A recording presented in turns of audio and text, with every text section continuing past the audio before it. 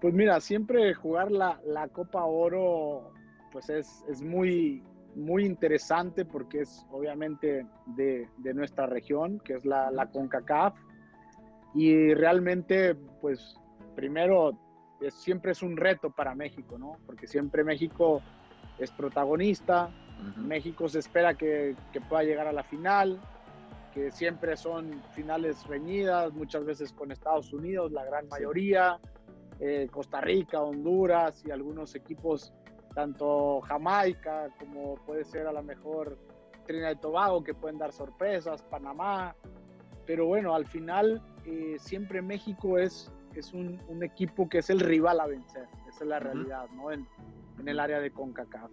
Y específicamente, pues jugando la Copa Oro, México juega, se puede decir, como local, porque a Sí, cualquier ciudad que va de sí. los Estados Unidos, pues siempre ves 40, 50, 60, 70 mil, depende de la capacidad del estadio o la ciudad donde juegue la selección mexicana, y ahí están, ¿no? Los 50, 60 mil o más mexicanos apoyando a la selección nacional. Ujú. Y pues eso para uno como jugador, pues realmente te hace sentir como estar en México.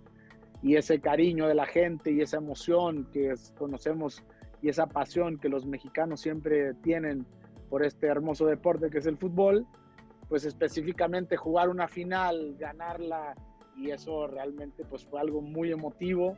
Me tocó estar en muchas Copas Oros, algunas también finales perdí, pero Ujú. específicamente en esta, como tú dices, recordándola, pues me acuerdo que fue un bonito recuerdo, una bonita emoción, porque pues al final tú juegas la final y lo que quieres es ganar, ¿no? Del segundo lugar nadie se va a acordar. Sí, lo veo de la misma forma y comparto el mismo pensamiento que Pavel. Aparte de todo, es un gran amigo y es mi compadre. Pensamos muy similar. La diferencia entre jugar en Estados Unidos un torneo importante y jugar en México es que en México la gente está acostumbrada a verte muy continuamente porque se juega la eliminatoria. Entonces en México la gente es como más exigente, la afición. Cuando vas a Estados Unidos, los paisanos, los latinos están muy, muy ávidos y muy necesitados de que México se presente allá, entonces te terminan apoyando en demasía. Por eso es una fiesta, una verbena. Si tú te fijas, las activaciones afuera de los estadios siempre son brutales con las diferentes marcas, y eso es porque la gente mexicana necesita esa identidad viviendo en Estados Unidos, pero teniendo fútbol mexicano allá. Además, ganar a Brasil, que no es, ahora no es poco, no es, es un Brasil en la final que México ganó 1-0, y sobre todo que México ganó a Brasil 2 veces en esa copa. Es un logro impresionante. Sí, la verdad que sí, fue un logro muy importante, como lo acabas de decir, y sobre todo que tú lo sabes, pues Brasil siempre va a ser Brasil, ¿no? Muchas Sí. veces se criticaba, ¿no? Que Brasil va con jóvenes, va con esto, pero después de jugar las Copas Oro, después al siguiente año o después terminando la Copa Oro, todos estos jugadores se iban para Europa y jugando en los grandes clubes de Europa y las mejores Sí, ligas. sí. Pero lo acabas de decir, ¿no? Jugando contra Brasil y ganándole 2 veces, creo que también tiene un mérito mayor. Y bueno, para México, pues siempre ese tipo de logros, este tipo de finales y jugar contra Brasil, que también te viste en una final, pues eso también lo hace doblemente meritorio. Pero teníamos que ganarle a Brasil los dos partidos porque si no tendríamos que haber ido a Estados Unidos a ver quién de la CONCACAF iba a jugar el Ujú. campeonato ya en Alemania. Entonces, Ujú. la Copa la teníamos que ganar, jugábamos en el Azteca. El Azteca es una cancha linda, digo, porque no es como algunas canchas que parecieran más chicas, sino que es amplia, Sí. podés hacer bien la amplitud en el ataque. Bueno, el equipo estaba muy bien trabajado, jugábamos con una línea de tres, con dos laterales volantes contra los volantes por afuera de los rivales, y tres volantes contra sus dos contenciones. Generalmente todos jugaban 4-4-2 o 4-4-1-1, que bueno, Sí. ahora la prensa puso que es 4-2-3-1, pero siempre fue 4-4-2 o 4-4-1-1. Nosotros jugábamos más un 5-3-2, que cambia porque cuando salgo con pelota dominada, sea pelota del arquero, si hay una infracción, salgo con una línea de 3, los dos laterales pasan a volantear con contención y hago un 3-3-4, ¿no? Y se gana bien, se gana muy bien porque en la semifinal, bueno, le habíamos ganado a Brasil, Brasil se va a Estados Unidos a jugar contra Estados Unidos y viene Jamaica de la zona de ellos, se lo supera ampliamente con 4-0, ¿no? Y bueno, nuevamente vuelve Brasil y teníamos que volver a ganarle para no ir a jugar ese partido que te digo contra Estados Unidos. Y se le gana muy bien, el equipo jugaba muy bien, tenía protagonismo, teníamos lo que a mí me gusta, ¿no? La transición con el buen manejo en el medio campo, tratando siempre de buscar a través de la salida un protagonismo de una diferencia numérica en la mitad de la cancha. Si no tengo diferencia numérica es porque me regalan el mano a mano o me regalan el sector contrario a donde salgo. Generalmente salíamos con Rafa Márquez porque Rafa Márquez era un jugador de muy buen pie. Entonces teníamos muy bien los trazos de los cambios de frente si recorría demasiado el rival. Siempre dejaba un extremo izquierdo por el lado contrario donde salía Rafa, y Rafa en cualquier pelota a 30, 35 metros te la pone en el pecho. Un jugador espectacular, ¿no? Entonces, la verdad, se gana muy bien y nos vamos a Copa Confederaciones, a donde teníamos que demostrar en Copa Confederaciones ya en el 2005 que estábamos preparados para el Mundial. Pues ganar a Brasil no es fácil, no es poco, y lo hizo 2 veces en el torneo, incluso en la final. ¿Qué destaca de eso? Sí, yo estaba medio enojado porque, a ver, el invitado me lo ponen a mí, el más difícil me lo ponen a mí. Entonces estaba medio enojado en la organización de la Copa de Oro porque digo, ¿por qué me ponían a Brasil? Como bien decís vos, recién ahí empezaba Kaká, muchos ni lo conocían. Claro, estaba él, estaba el otro volante que era Alex. Sí, estaba Robinho, es decir, tenían un equipo joven preparándose a futuro ellos también, pero ya sabemos la calidad del jugador brasilero, que de buen manejo. Pero yo creo que lo sorprendemos, creo yo, porque también después lo sorprendo en la Copa Confederación. No pensaban ellos que México saliera jugando, que tuviera protagonismo, es decir, ellos quizás pensaban pelota larga del arquero, ganar el segundo rebote. No. Nosotros salíamos jugando y eso lo sorprendió mucho porque cuando yo lo ataco con Rafa Márquez o con Salcido por el otro lado, el volante de ellos, tanto Kaká como Alex, no sabían si marcarme al lateral o al que venía con pelota dominada. Entonces ahí les empezábamos a generar el 2 contra 1 y se jugó muy bien, la verdad. Te vuelvo a repetir, venía yo trabajando mucho con los jugadores lunes, martes y miércoles, y después se volvían a sus equipos y el conjuntar un equipo, porque finalmente es un equipo. Yo siempre digo de que muchos hablan del individualismo. Sí, el individualismo te da mejor categoría de jugadores, mejor trabajo en la cancha, mejor equipo, pero el trabajo colectivo, el trabajo de equipo es muy importante, el trabajo de las líneas. Y yo tuve oportunidad de trabajar mucho más que ahora, por ejemplo, México, que tiene un montón de jugadores que ya están jugando en Europa. Entonces, tanto Osorio, ahora hace poco, como ahora Martino, no tienen el tiempo que tuve yo de trabajo, las horas más. Ese fue un torneo espectacular porque se realizó en México, primero que nada. Segundo, porque en lo personal, en ese Inter nació mi hijo varón. Tengo 4 hijos y ahí nació mi hijo varón. Y me tocó la fortuna de ser campeón ganándole a Brasil, como bien dices, en esa gran final.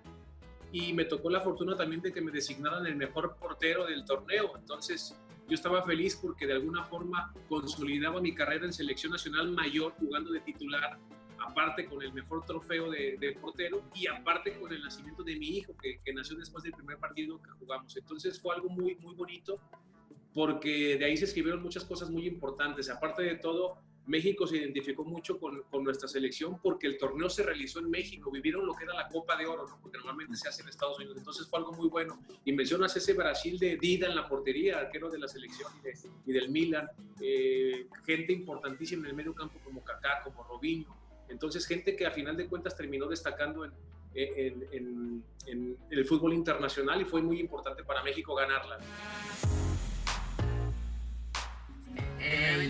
Y Siliani, ¿cómo empezó Raque a jugar fútbol? Me imagino que empezó desde la barriga de la mamá, pero ahí pueden decir exactamente la historia. Así que cuando quieran, empezando con... A Raque se lo han preguntado como 1000 veces. Raque, ¿lo quiere usted contar? Bueno, yo iba a decir, sí, me lo han preguntado 1000 veces, pero yo era una chiquita y yo puedo contar de lo que me acuerdo, pero yo de hecho te iba a preguntar, papi, que desde la perspectiva de un adulto, ¿cómo era? Porque sí, voy a responder yo primero. Pero, o sea, lo que yo recuerdo es que mi papá nos empezó a llevar a mi hermano y a mí a jugar fútbol, a enseñar fútbol con un grupo de niños que mi papá les enseñaba fútbol. Mi papá nos jalaba a mi hermano y a mí, entonces ahí empecé yo. Yo ni recuerdo qué edad tenía, pero según mi papá yo tenía 4 años, entonces yo siempre digo eso. ¿Verdad? Yo estaba muy pequeña y recuerdo de todavía, y nunca lo olvidaré, todos los sábados en la mañana había que madrugar un sábado y yo no quería, pero bueno, una vez que ya estábamos fuera de la cama, y mi hermano peor, mi hermano le gustaba dormir tarde y a mí relativamente tarde, pero bueno, una vez que ya íbamos, de buena mañana empezábamos y me encantaba volver a la casa a almorzar, ya pasábamos a comprar un hidratante y todas esas cosas eran muy bonitas y éramos los 3, ¿verdad? De la familia, entonces cuando tenía 4 años empezamos como a tener esa disciplina y yo empecé a aprender de la técnica de fútbol. Hay algo importante ahí antes. Bueno, yo soy profesor de educación física. Mis hijos, el mayor, que le lleva 3 años a Raque, desde que estaba en pre-kinder y posteriormente Raquel, desde pre-kinder hasta senior, hasta que ellos se graduaron, yo fui el profesor de educación física de ellos. Eso fue una bendición de Dios porque yo trabajaba en un colegio cristiano gringo, ¿verdad? De dueños estadounidenses. Entonces, desde un principio, ellos en pre-kinder ya yo era el profesor, papá. Entonces, yo creo que desde ahí empezó como un tipo de disciplina, no solo para Raque, sino para el hijo mayor mío, en donde ellos se fueron acostumbrando a los deportes, ¿verdad? Y parte de eso fue una escuela que yo tenía por varios años, de unos hijos de unos papás de otro colegio, en donde yo les daba clases personales los sábados. Entonces yo aprovechaba y me lo llevaba a los dos. Y a Raquel yo la llevaba más que todo porque yo le veía que ella era una niña muy disciplinada, a pesar de que todos los demás le llevaban 3 hasta 4 años, pero Raquel se adaptaba bien a las actividades. Entonces ya desde ahí ella misma se fue incorporando, ¿verdad? en esa disciplina y en conocimiento de los primeros principios del fútbol. Antes de escuchar a Raquel, Ana y Silian, qué lindo ese relato, porque mire que todo tiene sus frutos, porque en ese mundial ella hace historia. Es la primera jugadora de Costa Rica en anotar un gol en un campeonato mundial sub-17. O sea que todos los Valladares que tuvieron las idas, venidas a los entrenamientos, se compensa con que Raquel Rodríguez quede para siempre en los libros de la historia de ser la primera jugadora de Costa Rica en anotar un gol en un campeonato mundial sub-17. Raquel, ¿qué se le viene a la mente? ¿Cómo fue ese gol? ¿Cómo fue ese momento? Y después nos cuenta lo que nos decías. Yo siempre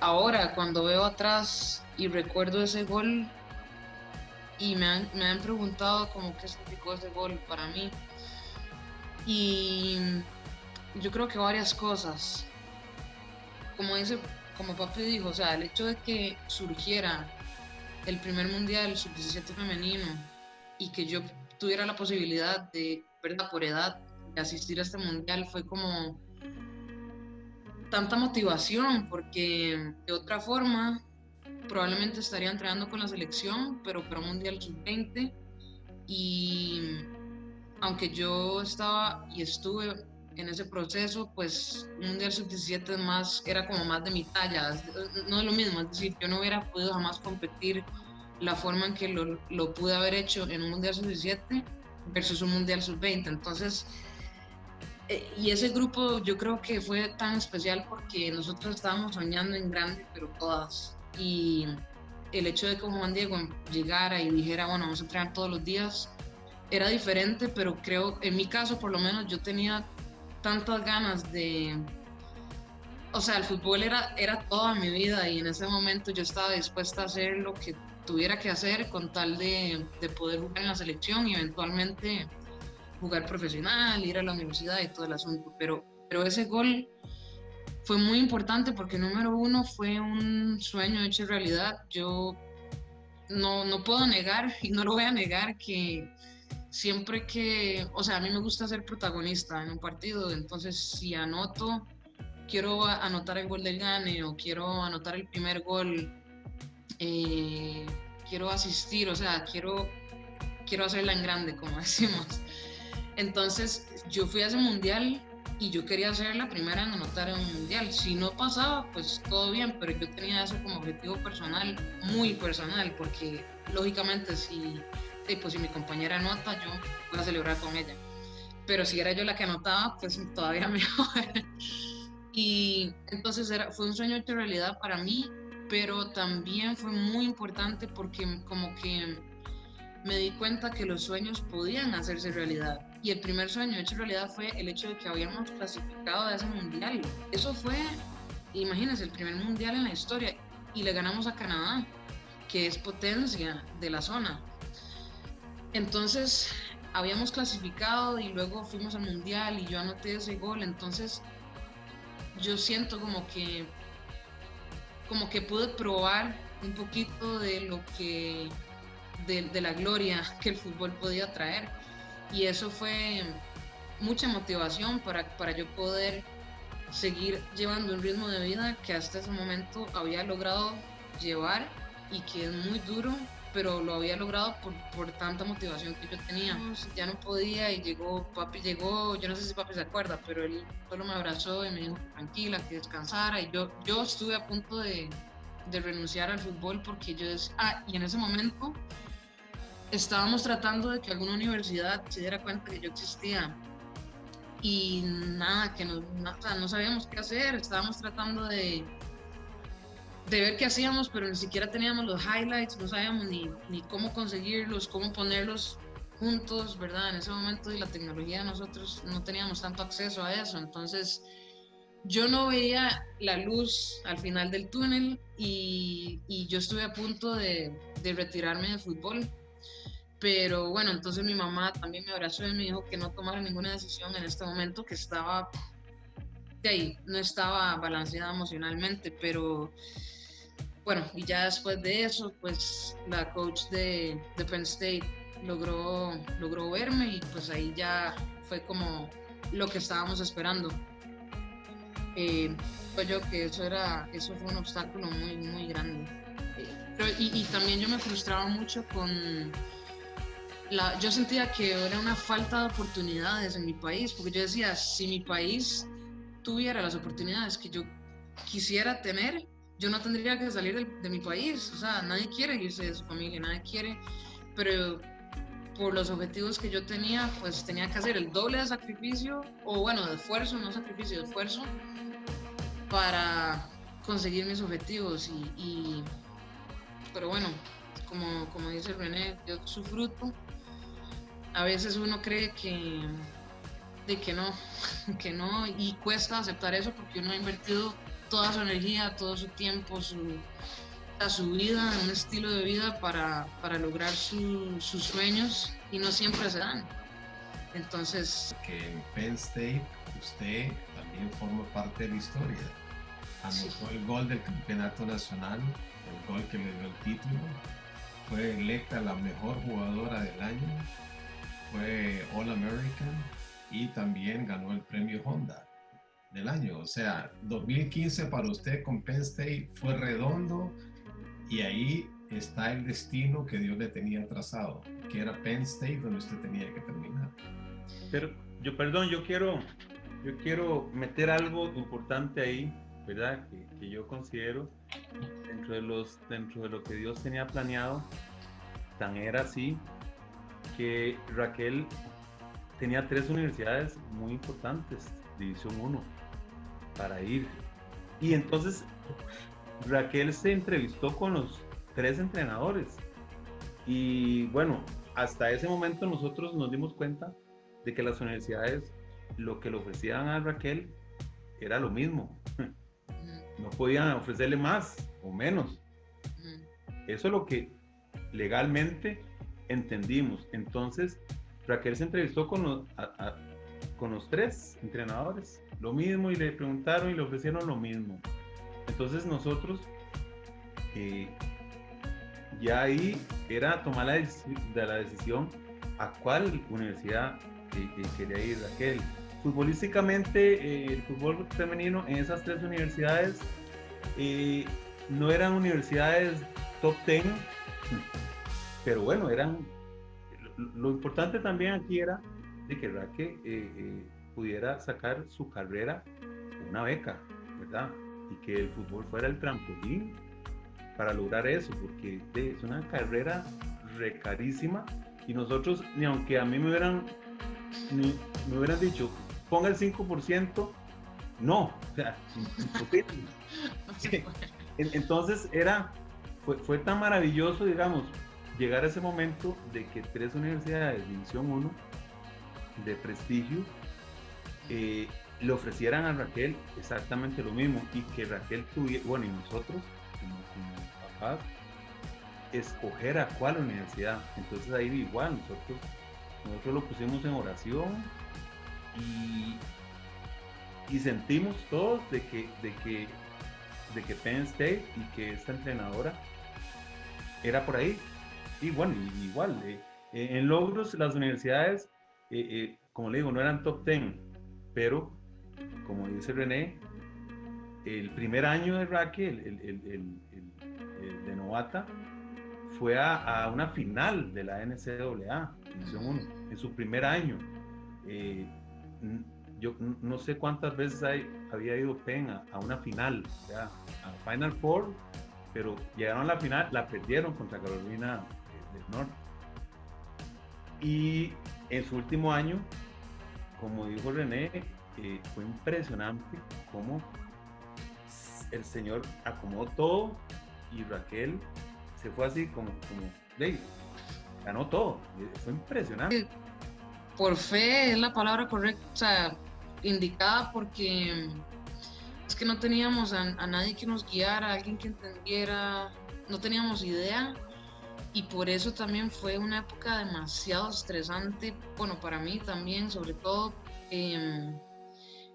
porque, repito, llegó un momento donde yo sentía que se me estaba yendo lo que, por todo, pero bueno, yo decía, bueno, lo intenté, si no pasa nada, me quedo aquí, estudio aquí en Costa Rica y listo, ¿verdad? Pero dejar ir ese sueño era devastador. Yo así recuerdo que me han gustado siempre mucho con el partido de Guatemala, pero eso fue antes de ya municipal. Sí, no, ahí solamente te conocía de rivales. Ajá. Y luego la etapa cuando llegué a municipal, que esos son momentos muy lindos. Igual Chalo también estaba ahí, cuando se salió campeón, la transición, porque ustedes tenían una camada realmente fabulosa en ese equipo. Así que yo creo que podemos empezar por el partido, ¿no? A ver cómo lo vivió Chalo y cómo lo viví yo. Ese partido, Chalito, ese partido yo me recuerdo que nosotros llegábamos con vida en ese hexagonal. Ese partido nos quedó justamente de la Copa Oro 2005. Y que les había ido muy bien en la Copa Oro. Muy bien. Y recuerdo que ya fuimos al Mateo a jugar, pero también recuerdo que ustedes también tenían muchas posibilidades y estaban también bien vivos en esa eliminatoria. Sí, de hecho, en esa etapa nosotros necesitábamos justamente la victoria para mantenernos en la lucha por el tercer lugar. Estamos por encima de Costa Rica y necesitábamos mantenernos ahí en ese proceso, porque la idea era clasificar directo, no pensar en el repechaje. Pero de la misma manera, en casa no sumar era letal, porque los dejaba con vida a ustedes, era otro rival que teníamos y con menos posibilidades para nosotros. Yo recuerdo también que nosotros habíamos empatado en casa. Yo creo que ese partido era el que abría la ronda. La segunda ronda. Sí, porque en la primera la empatamos en el Rommel. Ese partido no lo tapé yo, porque yo empiezo a tapar después de la Copa Oro 2005. Pero Exacto. Sí recuerdo que la importancia del partido contra Guatemala era grande. Usted tenía un buen equipo. Sí, bueno, en realidad te digo, nosotros no teníamos, como quien dice, lo mejor, sino que teníamos un grupo que había hecho una cohesión muy importante. Se había trabajado mucho en la unidad de grupo. Hubo jugadores importantes en Guatemala que en su momento dijeron que no, porque la selección de Guatemala podía ser un desprestigio por los malos resultados que se habían tenido anteriormente, y entonces hubo jugadores importantes en Guatemala que no pudieron estar, otros jugadores jóvenes que empezaban y que dijeron no nos van a dar oportunidad, y salieron viviendo un buen momento, como por ejemplo Tránsito Montepeque y José Mendoza, que venían de ser campeones con Cobán, que habían logrado un buen rendimiento, pero por una decisión de ellos no quisieron estar en selección. Entonces prácticamente te puedo decir que la fortaleza de nuestro grupo fue la unidad, más que estuvieran los mejores. Mira, qué interesante, no me sabía esa parte de la historia. Yo sí recuerdo que ese partido fue, como portero, fue bien complicado. De por sí jugar en el Mateo era complicado, porque siempre está el tema de altura. Me acuerdo esa pelota que era esa Adidas gris. Volaba. Vaya, esa bola increíble. Sí. Pero sí recuerdo a ver, el negocio nos iba a salir bastante bueno, porque creo que nosotros habíamos llegado 2 veces al arco de ustedes y habíamos metido 1 y estábamos ahí aguantando, hasta que creo que hay un autogol, me parece, ¿puede ser? Sí, un autogol. Nosotros empatamos con un y autogol. Y de ahí se vino la afición encima y ahí cogieron un segundo aire. Pues tu gol fue al minuto que 90 y tanto, 80 y qué. No, 92 con 43 segundos. Y habían dado 3 de reposición. Pero bueno, previo a eso, como decís, el partido era importante para las dos selecciones. Nosotros llegábamos con la necesidad, por ser locales, con el apoyo increíble. La afición, yo tuve la bendición de participar en 4 clasificaciones para el Mundial, pero en esa clasificación para Alemania fue importante porque la afición creyó desde el principio hasta el último minuto cuando dijeron México perdió. Ahí la afición realmente se desilusionó mucho, pero nos apoyó incluso en la cuadrangular anterior, cuando perdimos 5-0 con Costa Rica. La gente que iba en el avión, porque ya volábamos en un vuelo charter con un grupo de aficionados, fueron los primeros que alentaron y todo, porque después venía el partido contra Honduras. Entonces este partido contra Panamá para nosotros era importante porque iniciaba la segunda ronda del hexagonal, porque era prácticamente la recta final. Estábamos en casa y ante el subcampeón de CONCACAF, porque venían ustedes de haber hecho realmente una excelente Copa de Oro, que se les fue de las manos también la final, pero habían hecho un gran trabajo, un excelente... El torneo fue increíble para nosotros. Increíble. Entonces para nosotros había doble motivación, de decir, estar en casa sí es importante, pero enfrentamos a un rival bastante fuerte, porque además venía en alza, venía con todo, y como decís, ya venías atajando vos, ya Donaldo creo que era el que estaba previamente. El que estaba antes, sí. Y entonces, o sea, un par de jóvenes que se unieron al proceso y que habían sumado muy bien, y pues era ahí sí que vencer o morir en ese... Fue lindo, en verdad que fue uno de los momentos, yo creo que son momentos lindos de nuestro fútbol, ¿sabes?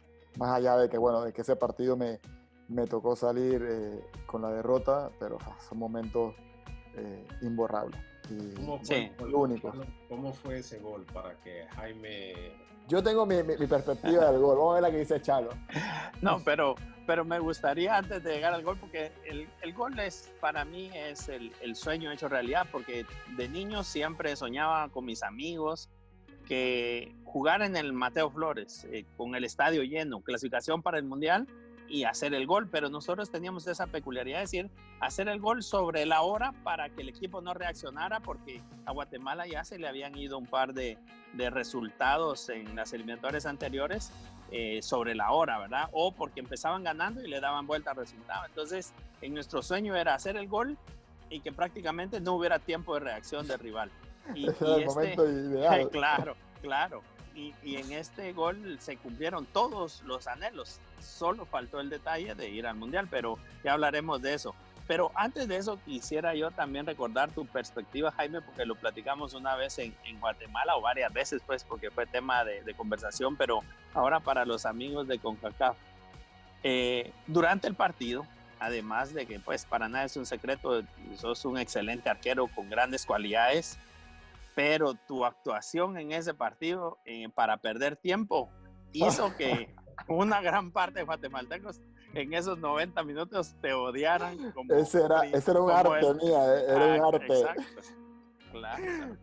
Te odiaron durante aproximadamente, el partido duró al final 94 minutos y por unos 80 minutos te odiaron. Fuiste el principal objetivo del odio de los guatemaltecos, porque entre vos y el árbitro era un desespero, porque se escucha en la narración incluso eso, y nosotros pues por supuesto también, nosotros decíamos qué increíble que el árbitro le permita tanto a Jaime Penedo. Oye, que se nos venía la noche, a nosotros se nos venía la noche, porque yo me acuerdo que el primer tiempo fue complicado para nosotros, hubieron un par de, cada aproximación de ustedes era aproximaciones de peso y fuerte, y eran pisaban mucho el área, ¿verdad?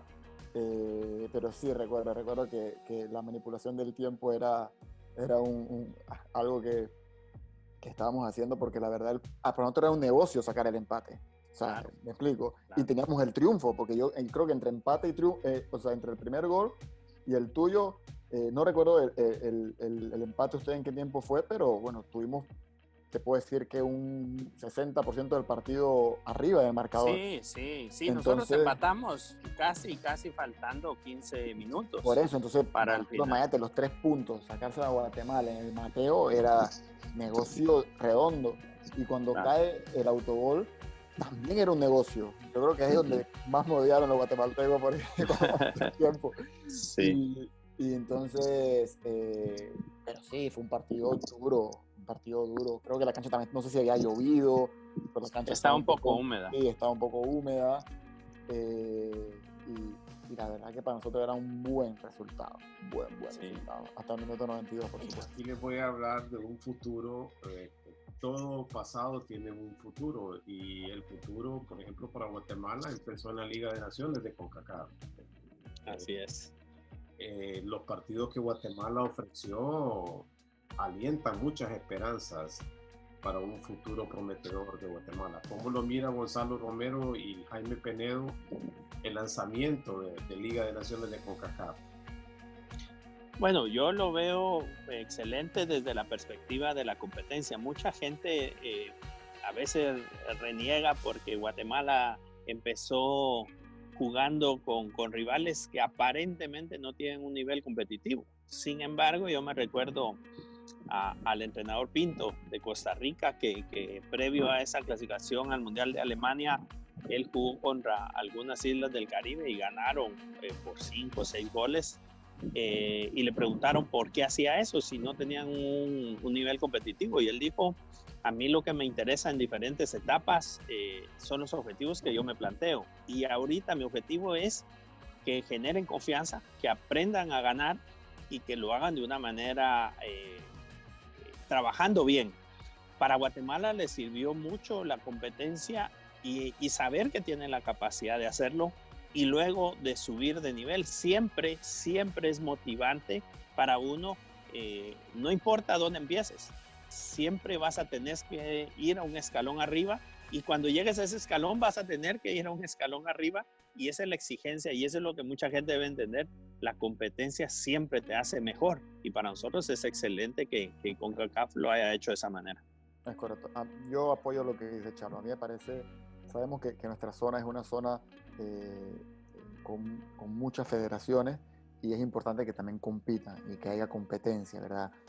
Y creo que este formato de Liga de Naciones, en cierto punto, eso es lo que busca, que haya muchos partidos y que se juegue. Y es como dice Chalo, el jugar los partidos, a veces son, y es que hay rivales que se ven fáciles, pero los partidos hay que jugarlos. Yo siempre he dicho que por nombre esto no es así, o sea, y nos pasó, mira Bermudas cómo nosotros nos ganan el Rommel. Entonces, me parece bien, porque hay competencia, porque todos los equipos se ven involucrados, y es como dice Chalo, uno va subiendo de nivel y uno tiene que aspirar a eso. Y los nuevos formatos, las dos ligas de campeones, la Liga de Campeones de CONCACAF. Eso es buenísimo. La CONCACAF League, donde solo juegan los de Centroamérica más los del Caribe. Eso es muy bueno. A mí me gusta mucho, pues vuelvo y repito, hay que jugar. Entre más se juegue, es mejor para mí. Y los clubes ahora tienen, imagínate, ahora los clubes tienen prácticamente 2 torneos. Entonces eso es positivo. ¿A ustedes les hubiera gustado en su época? Claro, me hubiera encantado. La de Centroamérica me hubiera encantado. La nueva Municipal de campeones de CONCACAF. Sí, con Municipal me hubiera encantado, Chalo, jugar ese torneo, ¿eh? Sí, sin duda. Hay buenos clásicos ahí. Hay buenos clásicos ahí, se hubieran visto. Claro, definitivamente. Sí, reitero, son ideas excelentes y son formatos que permiten, a través de la competencia, crecimiento. Y esa es la parte más importante que la gente, pues algunos dirigentes de nuestros países deben entender, que es importante. Y luego viene la participación también del público, ¿verdad? El público también debe tener esa visión y de apoyar estos torneos, porque es muy importante también que el escenario, bueno, vamos a ver cómo nos deja esta crisis, pero que los escenarios deportivos estén llenos siempre es motivante para los jugadores. Claro que sí. Entrar en las preguntas profesionales. Si Gonzalo puede resumir sus 5 mejores momentos a nivel de selección, a nivel de equipo, y después que Jaime también nos comparta sus mejores momentos, los que los dejaron marcados. Bueno, definitivamente para mí, tanto en selección como en municipal, uno de los principales momentos es el debut. Yo debuté en municipal en septiembre de 1994 y fue mi sueño hecho realidad también, porque mi anhelo más grande de ser futbolista profesional era vestir la camisola municipal y a la selección nacional. Entonces, cuando logré ese debut, lo tengo grabado en mi mente, en mi corazón, porque fue importante. Con selección nacional debuté hasta el año 2000 y también fue un proceso en el cual me tocó madurar, porque yo me creía que el talento era suficiente. Sin embargo, aprendí que siempre debe estar uno en la exigencia. Por eso digo que la competencia lo hace a uno más crecer cada vez más y ser un mejor profesional. Entonces, el debut con selección también queda grabado en mi corazón y en mi mente. Luego, cuando anoté mi primer gol con municipal, cuando anoté mi primer gol con selección, también fue importante. Y definitivamente, pues, las etapas en municipal de ser campeón, cada una se disfrutó de una manera especial. Y con selección, pues, la clasificación al mundial. Estuve para Corea y Japón, estuve para Alemania, para Sudáfrica, y terminé con una experiencia también muy enriquecedora, porque yo ya me iba a retirar y el profe Almeida me pidió que no me retirara, que participara en la clasificación en la primera etapa como jugador activo. Entonces me fui a jugar los últimos 4 meses de mi carrera marquense para estar en selección nacional y vivir esa transición prácticamente, decir, ya mi participación dentro de la cancha iba a ser poca, pero él quería que aportara desde mi experiencia de liderazgo. Y eso realmente me llenó mucho como profesional, porque no es que uno le quite el lugar a un muchacho, sino que uno puede aportar desde una perspectiva distinta. Y eso me llenó mucho. Lamentablemente, pues no pudimos llegar al objetivo final. Entonces, en noviembre del 2012, prácticamente me retiré de Municipal y a la selección. Yo llegué a selección en el 2000 y me retiré hasta el 2012. El último día de mi carrera como futbolista profesional estuve en selección nacional y lamentablemente no estuve con el Pocho cuando la selección fue campeona de UNCAF en el 2001 y no estuve en Copa de Oro con el Bolívar, que fueron los 2 torneos que me perdí con selección en ese transcurso del año 2000 hasta el 2012. Pero son momentos especiales y, como dice Jaime también, lo más lindo ahora es que gente recuerde mi trabajo en selección municipal y que me recuerde con cariño. Eso no tiene precio y lo valoro muchísimo. Sí, de verdad que sí. Eso es único, Charlito. La verdad que sí. Bueno, mis momentos yo los defino. Igual hay un dicho en el fútbol que también dice, en el fútbol se sufre mucho. Hay momentos de mucho golpe, de derrotas que duele, pero yo me quedo con los triunfos donde pudimos darle una alegría a las aficiones, ¿no? Chalo, yo pude compartir con Charlo los de Municipal, que son únicos, ver la alegría de esa afición por ver a su equipo campeón, eso es increíble. Entonces me quedo con esos momentos, los de Municipal. Tuve la dicha en Los Ángeles, también en Rumania y en la selección, con lo que se pudo. En la selección siempre son más complicados conseguir estos momentos porque o tienes Copa Oro o Copa de Naciones o una clasificación. Y eso se hace cada 2 años y una cada 4 años. Pero bueno, también hubieron momentos alegres. Tuvimos una 2009 en un CAF en Honduras, muy, muy buena. Las finales que nunca se pudo levantar esa Copa Oro, pero bueno, son momentos que uno se queda y la clasificación. Así que yo pienso que me quedo en el momento donde pudimos llevar esa alegría.